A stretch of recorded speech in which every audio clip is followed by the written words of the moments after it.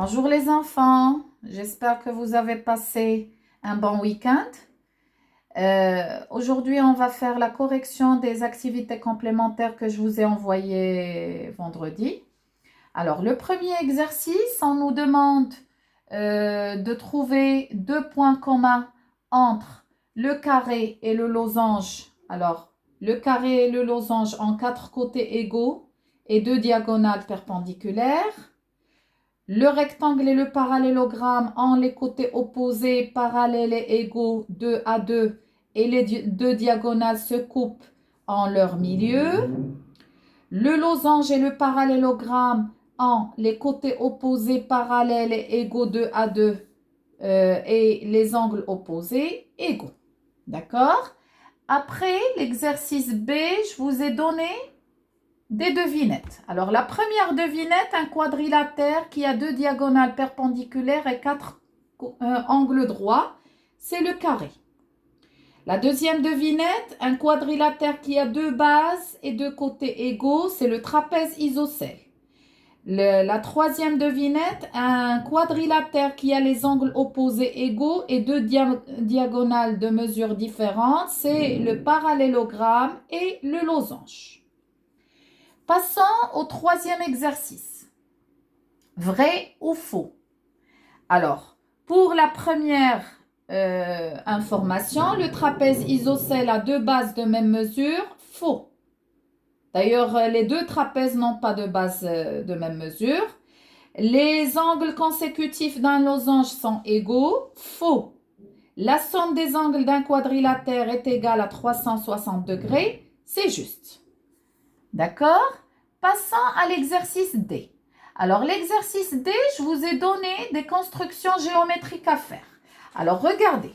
Pour la première construction, trace un parallélogramme A, B, C, D, sachant que AB, alors je vais commencer par le côté AB qui mesure 8 cm, puis l'angle A qui mesure à 110 cm, puis le côté AD qui mesure 3 cm, l'angle A mesure 110 degrés, puis avec mon compas, je trace les arcs pour obtenir le point C. Pour la mesure de l'angle D, alors, j'ai utilisé la technique des angles opposés. D est égal à 360 degrés moins l'angle A plus l'angle C divisé par 2. En tout, ça va me donner l'angle D mesure 70 degrés. Alors, pour le deuxième exercice, je vous ai demandé de tracer un trapèze isocèle, sachant que B minuscule. Alors, je vous ai marqué B minuscule. Lorsque je vois le B minuscule, c'est la petite base. D'ailleurs, vous l'avez dans la trace écrite. Le B majuscule, c'est la grande base. D'accord? C'est des abréviations. C'est bon, les enfants?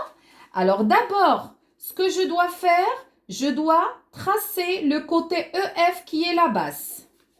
D'accord? Puis, l'angle E qui mesure 120 degrés et l'angle F aussi qui mesure 120 degrés. Puis avec mon équerre, je trace la base qui mesure 5 cm. D'accord? Et après, je trace la grande base en reliant le côté GH avec les deux côtés isocèles. D'accord? Et là, j'obtiens le trapèze isocèle. Alors, pour la mesure de l'angle H, alors j'ai utilisé la technique des angles égaux, les angles de la même base qui sont égaux. Alors, H est égal 360 degrés moins l'angle E plus l'angle F divisé par 2. Finalement, je trouve que l'angle H mesure 60 degrés. D'accord?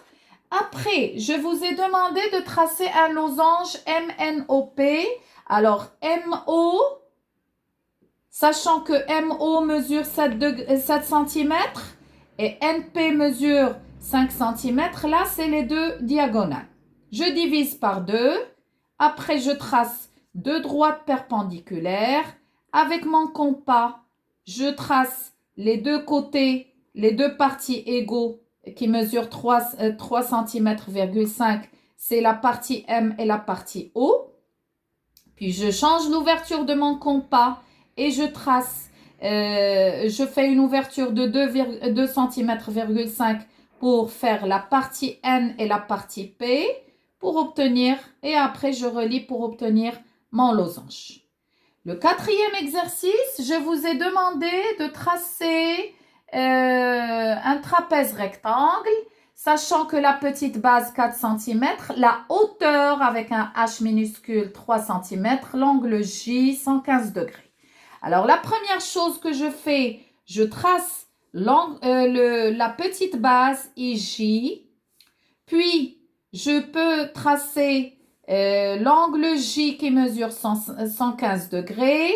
Après, le côté IL qui représente la hauteur qui mesure 5 cm. Et après, je prolonge les deux côtés pour obtenir le point K.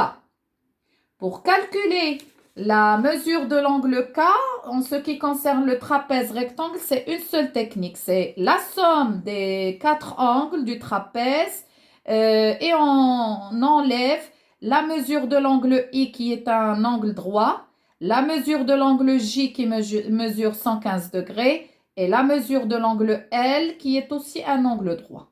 Je vais obtenir à la fin l'angle K est égal à 65 degrés.